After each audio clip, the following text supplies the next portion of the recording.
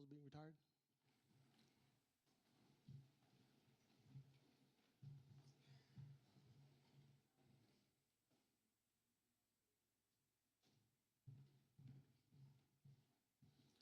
Now, it is my distinct honor to welcome the great city of Nashville, great American country, the 8th Homeland Security Secretary, Kristi Noem, who happens to be my boss. So, welcome.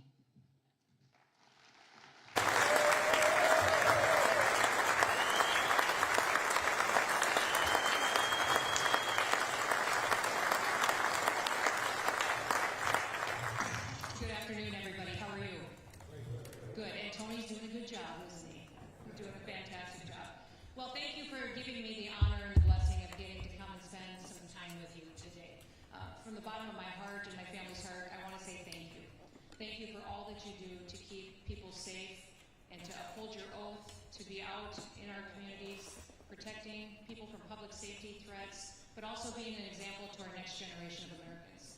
Our kids and our grandkids are desperate for examples to look up to. And the way that you lead, the way that you enforce the law, and the way that you do it with compassion, but also firmness, sets an example for how we want all Americans to live their lives. So just thank you for that, and know that we pray for you, that God will have his hand on you and your families and continue to bless you as you do your work. Listen, I'd like to thank everybody who's hosted me today. I know we've got a host of leaders that are here. We just met with Vince backstage a little bit and talked to him a little bit. Tony obviously has been very helpful. Michael, who is from the New York State Chief of Department, Mark Ross, Craig Miller.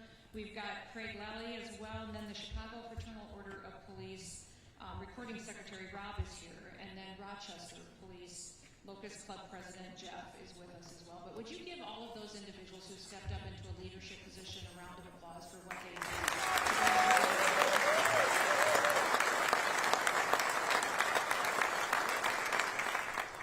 Now, in his State of the Union address just last week, President Trump reminded us of what it is every American's duty to do, and that is to serve the American people. That's what the government is to do, those elected officials and those that step up into public service, is to fulfill our duty to protect American citizens, that they should come first under our Constitution and our laws, and they should be prioritized, and especially over other people who are from other countries. The Constitution demands that we treat our citizens that way, and the men and women who serve at the Department of Homeland Security, they understand the importance of that, and we also understand the importance of all of our law enforcement officers and what they do across the country to keep people safe. The department was formed after the horrific events on 9/11, and just 2 years later, as Congress put the department together with the support of the president, 23 different agencies who had a nexus and a focus on defending the homeland were put in order to make sure that they were all following the same mission every single day. So it's a very diverse department. It not only has FLETC in it that trains over 130 different federal law enforcement agencies and officers from those agencies. It also includes CBP, ICE, CWMD, which is Countering Weapons of Mass Destruction. So some of you may have gone through some of those trainings to help us detect some of the threats here in our homeland, and also some of the trainings that it takes as far as responding to fires and 911 calls in different specific situations. We have intelligence agencies. We also cover FEMA. FEMA is a disaster response agency, but it also is the agency that's entrusted to run the government on our very worst day. If we had a tragedy in this country where we needed someone to step up because our leadership was not able to, that agency would be entrusted to do that and to maintain our critical infrastructure. So they ensure that they go forward and maintain our electrical grid and our critical infrastructure such as water and systems that we rely on every day to help the American people be safe and to still have their way of life. We also have CISA, which some of you may have worked with them, which is our cybersecurity agency, which goes out and not only hunts down bad actors that would attack us on our cyber systems, but also gives us mitigation measures for how we can harden our systems. All of these entities work together to serve the American people and to make sure that we're prepared for any threats that we may face, but also respond to them in a way that honors what our ideals are. The sacred duty of our government truly is that people are entrusted to secure the rights also of all the American people. You know, the Declaration of Independence states that governments derive their powers from the consent of the governed, which is the people. The people give us the right to do our jobs each and every day. And as long as this world is fractured and as long as human nature is fallen, we will need brave men and women who step up and serve and enforce our rights and our laws and our values. And that's what all of you do in this room with your colleagues. The heroism was on full display this last week when we saw the attack in Austin, Texas, and we saw that the first responders that helped protected people and more lives there were our law enforcement that responded immediately. Instead of running away, they ran to it, and though we lost 3 lives and saw many other people injured, they prevented so many other lives from being lost.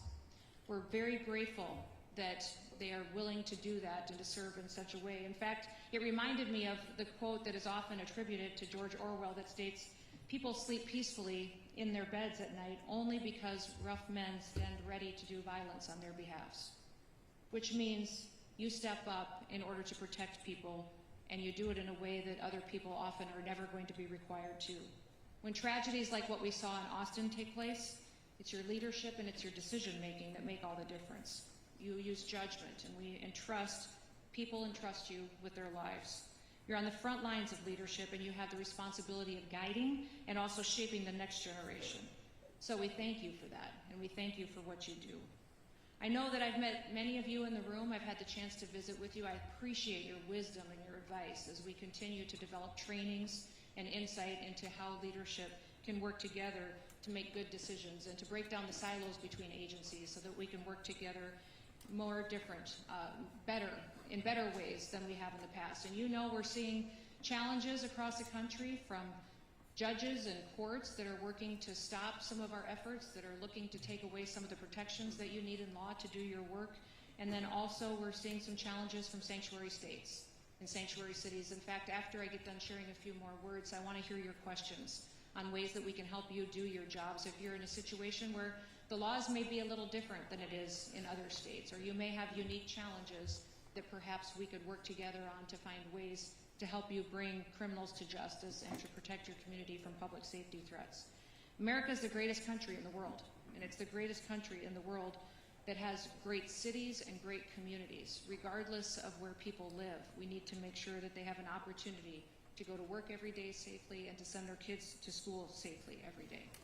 Sanctuary cities do give us a challenge because it makes it difficult at times for law enforcement to do their work. And we see that many times when a city cooperates with the federal government, cooperates with our federal officers, that it is safer. In fact, 7 of our top 10 safest countries in the nation are not sanctuary cities. They're cities where the local law enforcement partners with us. They partner with our federal agencies, with the FBI, DEA, ATF, CBP, ICE, and our operations. And we've also seen across the country where 5 of our 10 most crime-ridden cities do not cooperate with us, where those that are not cooperative with federal officers will see challenges on their streets. We've seen a lot of different situations from city to city. The one thing I would encourage you that no matter how frustrated you may be with some of that, that we can find a way to work together to do some good work for our people. In fact, even in Memphis, where we saw different leadership, we had different parties in the governorship and in the mayor, we still were able to arrest and bring to justice over 2,600 criminals, and in a way that significantly dropped their crime rate and significantly helped those communities continue to take those public safety threats off the streets. We got over 150 different illegal sex offenders off of the street. We saw one of those arrests included a criminal illegal alien from Venezuela that was convicted of aggravated criminal assault and abuse of a child. I'm thankful that that individual is no longer on the streets because of the cooperation of those local law enforcement. We have agreements across the country called 287G agreements. I'm sure you're familiar with them, but there is 3 different models that are available. One is a jail model that helps us with some detention. The other is a warrant service officer model that is extremely helpful for us to make sure that we can take jurisdiction or of an individual who's a criminal in the safety of an environment of a courthouse or a jail, and they can be turned over to ICE so that we have the ability to return them back home. And the other model would be in the task force model, which I hope many of you have the opportunity to cooperate with us in, where we can use our different authorities to go out and go after the worst of the worst, those targeted operations that go after violent offenders and criminal offenders and that we can bring them to justice and get them out of your city and your state. We've seen that program go from before President Trump was in office to only 135 of those agreements across the country signed, to now we have over 1,400 of them in place. And it's been very beneficial to make sure that we've removed over 400,000 criminal offenders out of this country. We've seen 3 million people leave our country that were here illegally, but over 750,000 of them were arrested and detained and removed. We'd much rather prefer that they volunteer to go home and that it can be a volunteer situation, but if not, if people are here illegally and committing crimes, we want to make sure we're able to detain them and get them out of your communities before we create more victims in the United States. I'm grateful for the work that you do because it's made a difference across this country. This last year, we've seen our murder rate in the United States of America drop to the lowest level since it's ever been recorded. And we've recorded our murder rate across the country for 125 years, and this year we broke the record for the lowest murder rate in the country, and that's because of the work of individuals in this room and individuals that we've been able to partner with.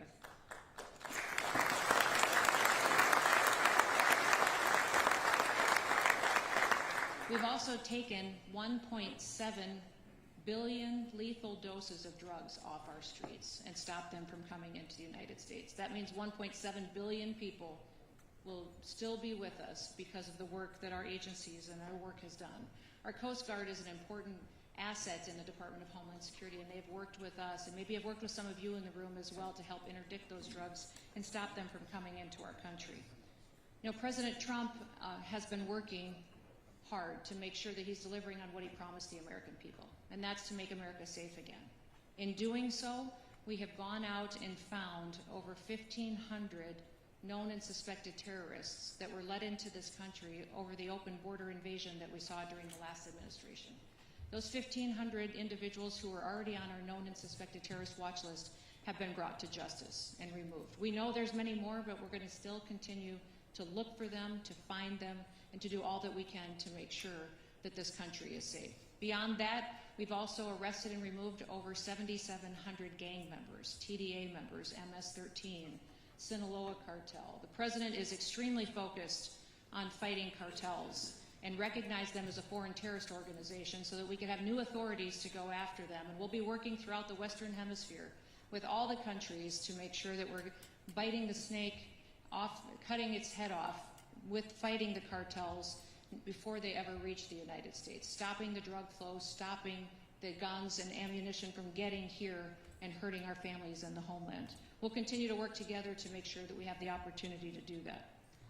To everybody in the room that puts on a uniform, that wears a badge, that steps out every single day and does something that so few others do, put your life on the line for your brothers and your sisters and your families, and you do it in your home community, I want to say thank you.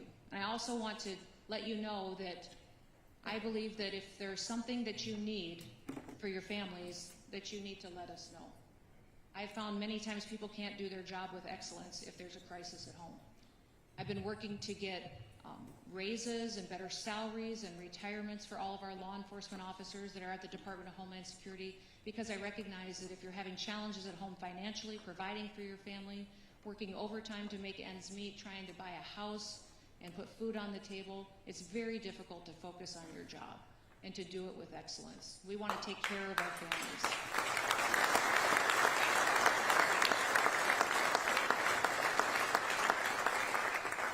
So all of your suggestions and ideas, bring them forward. I will continue to push for that because I'm a strong believer that we need you at the top of your game every day.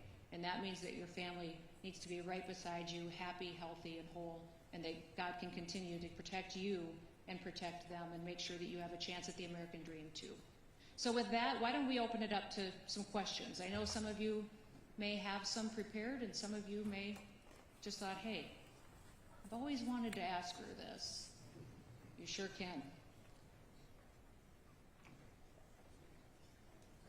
Yes, sir.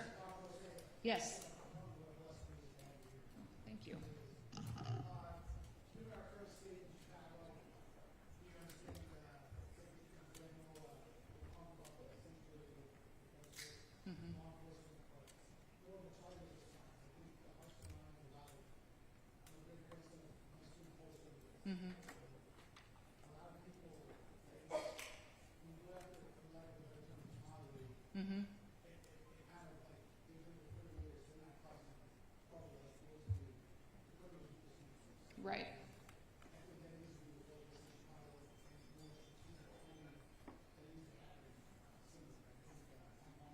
Yep. Yeah, no, I think that's great advice. I don't know if you guys heard that question, but he talked about targeted enforcement, and Rob was saying how it's much more effective in a lot of, especially these sanctuary cities, where we can work on targeting those individuals who have a criminal history besides their legal status that may be in violation of their visa or work permit, but that we work on those and make sure we're going out and doing that with the local law enforcement as much as we possibly can. And that is something that we are going to continue to do, and make sure that we're focusing and prioritizing those individuals and make sure that we're addressing the public safety threats there. Thank you. Yes, sir.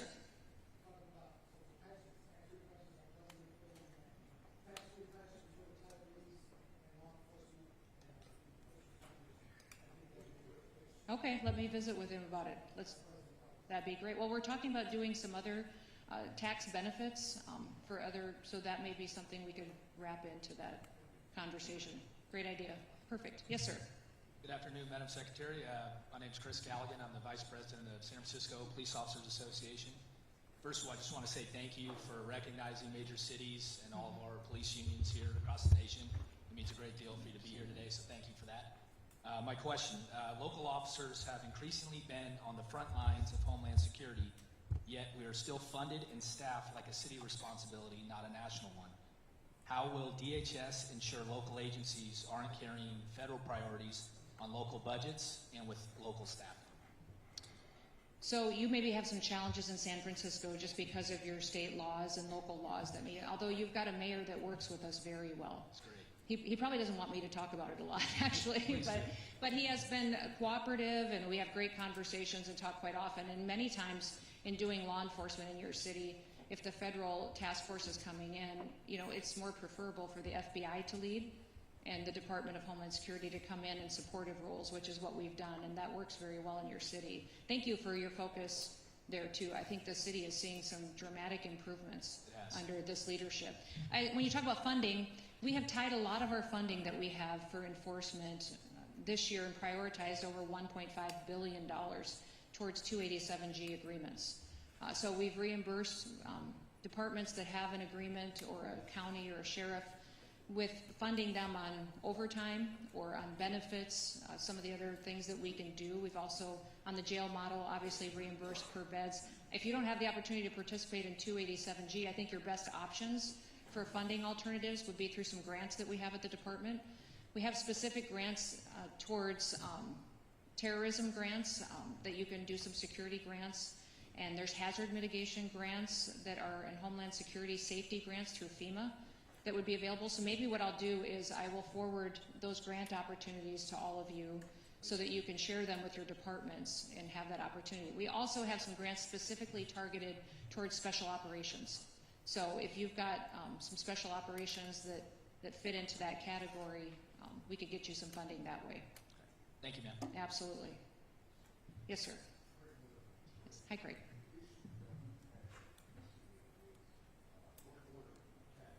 Yes.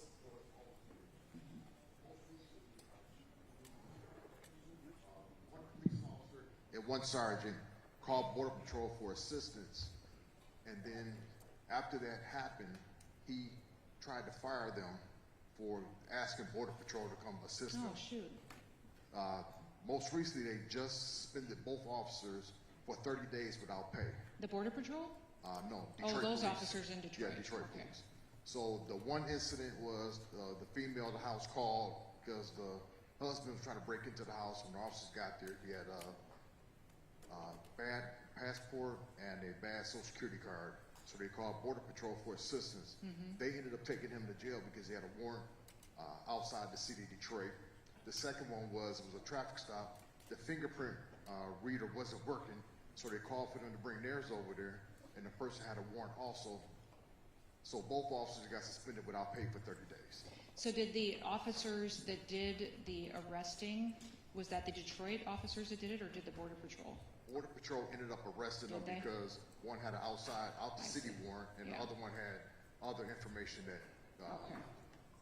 That's one of the things that I think a lot of citizens don't necessarily know, is that CBP and ICE are law enforcement officers and do enforce other crimes that have been committed. But if we can be advocates for those law enforcement officers, we certainly will.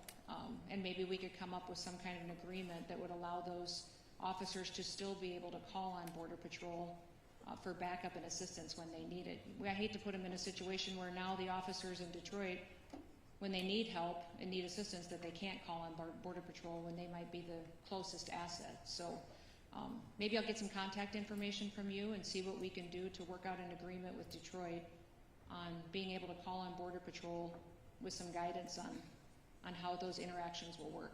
Okay, thank you. You bet. Thank you. Good afternoon, Madam Secretary. My name is Don Famuina, and I represent the State of Hawaii Organization of Police Officers. First of all, I would like to extend our sincerest aloha and mahalo for all that you and your administration are doing.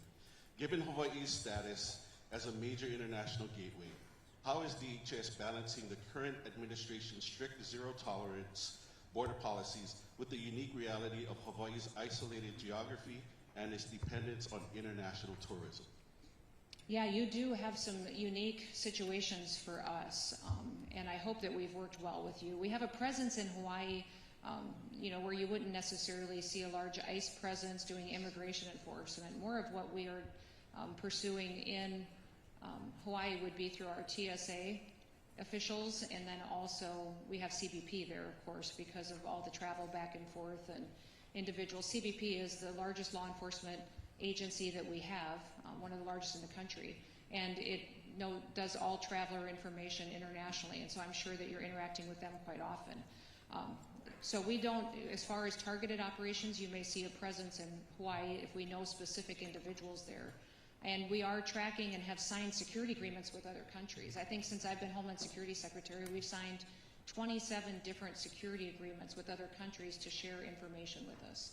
If they have a dangerous individual that they think maybe has traveled into the United States, we will share those databases with each other. They share theirs with us so that we know when some of these individuals are coming into the country. And that may be, I'd say, the vast majority of the interactions you'll see in Hawaii. If you've got some suggestions for us or experience, I'd sure love to hear it. We'll definitely do that. Mahalo. Mahalo. Yes, sir. My name is Jeff Wader. I'm the proud president of the Rochester Police Locust Club, located between Buffalo and Syracuse, and just a shameless plug, go Bills. Yeah, that's right, good. So I used to have, my TFO is 728 officers.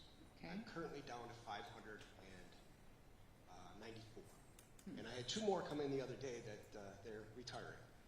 And we have a very, very difficult time retaining our members, but also hiring. And I know this is a issue throughout the country, especially in larger communities. My question to you is the federal government and or the Trump administration, are they able to provide bonuses for retention and bonuses for hiring incentives to start building back our staff? I don't know if we do for local and state law enforcement agencies. We have been doing that at our federal level with our departments, CBP and ICE. We have done that. We also, I put in the budget request a 10% increase for all of our federal officers. I wasn't granted that, but we're gonna get there hopefully in this next budget round. I will look to see what latitude we have to do that. We'd have to do it in a way of grants with restrictions that it could only be plugged into salaries and bonuses. I think, you tell me, we've done a lot of hiring bonuses, and for me it is just as important to do retention bonuses. I think it must be extremely discouraging for officers who served for years to see other individuals hired with a huge hiring bonus while they've been showing up and been dependable and been doing the work day after day and not see that. So it's one of those things that we're working on in our department as well. Thank you. And just a side note to that is that we're seeing things now where officers abide 3 years worth of military time and they do 17 years and they walk out the door at 20. That's so they're right. not even doing their full 20 anymore. They just want to get out. So That's right. whatever we can do to help retain them. And hang on to them. Did you lose most of your people through retirements and early retirements like that? yes. Yeah. Since 2020, we had our riots and our protests. Our projection right now is by 2030, 54% of my membership will be eligible to retire. Okay. And they're projecting that we'll be down to 500 officers. See, and that's our challenge at the federal level too. We've got Secret Service is under my department, and we see that though through other federal agencies that we've got the next 2 or 3 years a high number of retirements coming our way. We've done huge recruitment drives, and we've hired a lot of new officers, but we also need to hang on to them and make sure we're taking care of the ones that are with us. All right, let me look at that. Thank you very much. Thank you. Yes, sir. Good afternoon, Madam Secretary. Thank you for Afternoon. taking time out of your busy schedule to answer our questions. My name is John Crystal. I'm a captain with the Newark Police Department and the president of the Newark Police Superior Officers Association.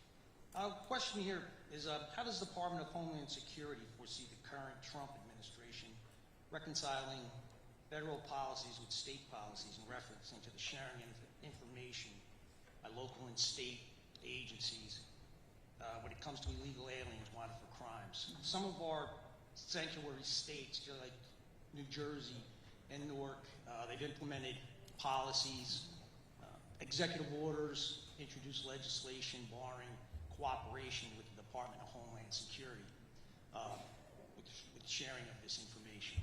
Yeah, I was disappointed to see that come out of New Jersey. It's been hard to see that. We've seen several states and governors stand up and say that they were going to stop cooperation and make it illegal to partner with us.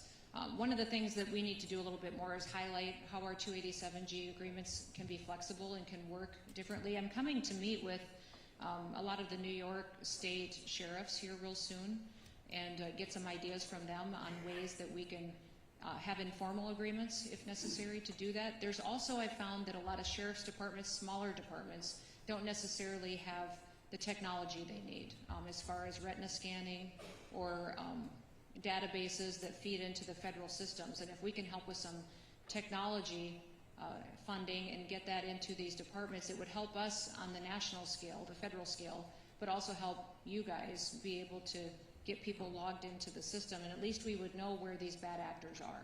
Even if there's not much cooperation going on as far as honoring our detainers or cooperating with us, at least if we know where these criminals are, we can still be aware for when they're released on the streets. But it's, for us, our preference is to always figure out a way that we can work together. On enforcement operations, at least to be able to have local law enforcement provide backup or respond should we need officer assistance. Beyond that, it'd be great to have these communities honoring our detainers. But I will continue to go talk to these governors, have conversations with leaders and state legislators to see what I can do to push back on some of this legislation we're seeing. All right, thank you very much. Oh, by the way, another question. Are you religious? Because you're the answer to all my prayers. There we go. I am, sir. Who knew? Good deal. You're going to have to top that one. I don't know. I don't know. That's a tough act to That's follow. right. Let me He tell you might be my favorite. New York's always hard to follow. That's right, it is. I'm Sergeant Walcott. I'm the Chief Steward with the Memphis Police Association for Memphis Police Department. Well, look at you. You guys have been rock stars. Woo! Y'all have been rock stars helping us out, so I don't get this up a little higher. Firstly, everyone in this room knows that Memphis has statistically been one of, and in some years, the most dangerous city in the United States. The federal support that our department has received since September of 2024 has been nothing short of a miracle.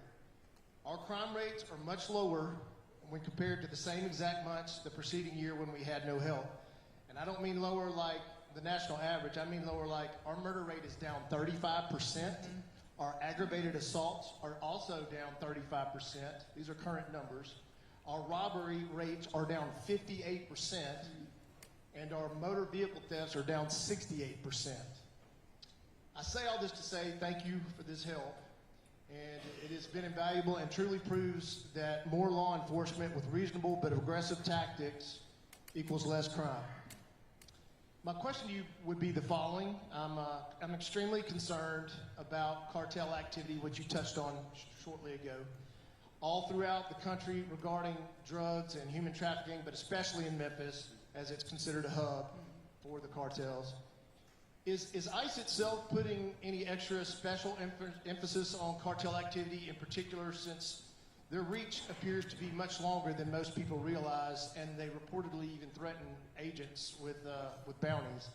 And does classifying cartels as terrorists help combat them from that? Is that a tool to help you combat? Does. When President Trump declared the cartels as foreign terrorist organizations, it opens up the door for a lot more authorities that we can use to go after them. So now, and you've seen him, obviously, partner and take action against leaders even in Mexico. And that is just the start of the operation that we are undertaking as the Trump administration. Listen, what happened under the last administration by having that open border, it allowed the cartels to get rich, to grow, to become, they had unfettered access, and their ability to make money was compounded over and over and over again. They could do whatever they want with the human trafficking and drug trafficking. So they are extremely, extremely wealthy and strong and sophisticated in the technology we see them using against us, and their ability to operate in cyberspace as well, and then with how they're using drones to bring drugs over the border now, and tunnels that are almost like pipelines where they're not even large enough to shoot people through, but they are enough to get drugs through. So we have all kinds of new challenges, and that's why President Trump is undertaking going after the cartels by addressing it from the Western Hemisphere.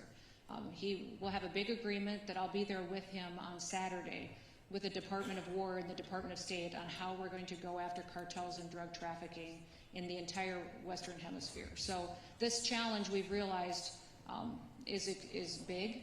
We've always known that, but if we're really going to address it, we have to look outside of our borders to kill off the cartels before they continue to build up more and more strength and keep killing our Americans.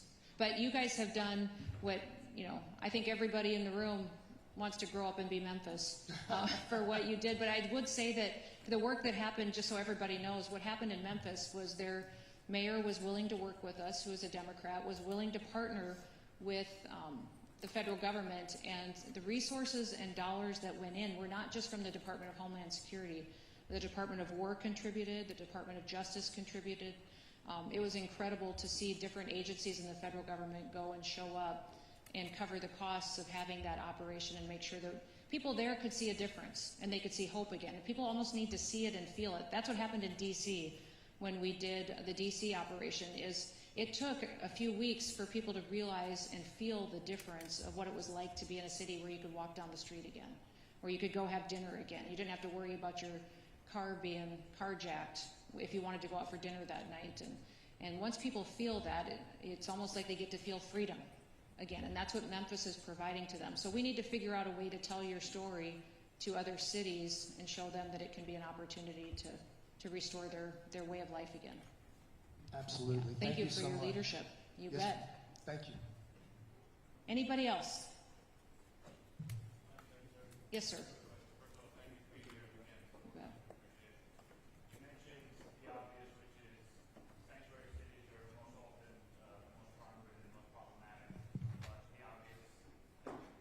The obvious difficulties and implications of having the sanctuary city laws and the states not supporting the feds and things like that. What are some of the vehicles that you guys can use or will use to try to, I don't want to say get around that, but work with the conditions that you guys are under to still be effective as federal law enforcement in those sanctuary city areas? Well, if it's a sanctuary city, we have an opportunity to form partnerships then with sheriffs and do that in a state. Many times sheriffs are elected officials and they're accountable for what their crime numbers are in their counties, and they're very close to the people. So we find a lot of progress working with sheriffs and in those situations. If it's an entire sanctuary state, most of those sheriffs and police departments are concerned about liability issues and the laws that may be on the books. I would say that for all of you, though, to know that a sanctuary state looks very different from state to state. The laws may be completely different. So if you are interested, if you are a sanctuary state or city, I need to come sit with you or have someone from our team come sit with you, really go through with my attorneys your state laws and see how we could still work together and not have you live in fear of being punished or being held criminally liable for not abiding by those sanctuary laws. We can challenge them, and the federal government and Department of Justice is going to be challenging sanctuary states and laws. In fact, today in the House Judiciary Committee, they're marking up a bill in Congress that would ban sanctuary cities and states, that would use the supremacy clause.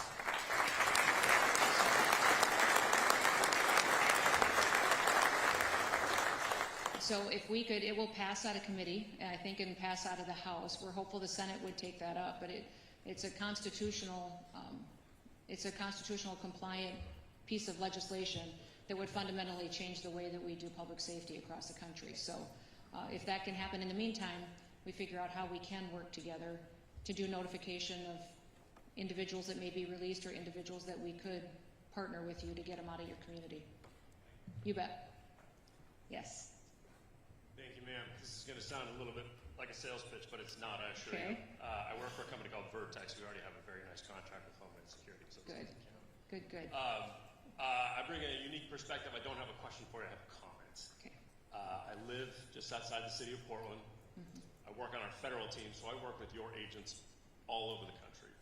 HSI, ICE, Secret Service.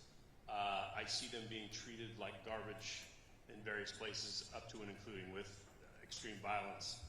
The perspective I bring is this: I have not worked with a better group of people, more professional, humble, quiet professionals. They're amazing men and women, all of them, and I didn't want to miss this opportunity to tell you that directly. So thank you very much. That goes to you, your staff, and all of your agents across the country. Well, Thank you very much. Thank you for being saying here. that. I appreciate it. I will let them know that you said that. That means a lot to them. They face some challenging times. They have a lot of good days too, but they're just trying to do the right thing and make sure that we're doing the job and upholding the oath that everybody took when they signed up for law enforcement. So, well, thank you, everybody. Thank you for letting me be with you. You have a fantastic meeting. Thank you for your leadership. Thank you for coming to this conference and spending some time together. I hope you get some fellowship. From what I understand, cops are pretty good at that. So you have fun. I'm sorry I can't stick around for it, but God bless you. And may God continue to bless our great country.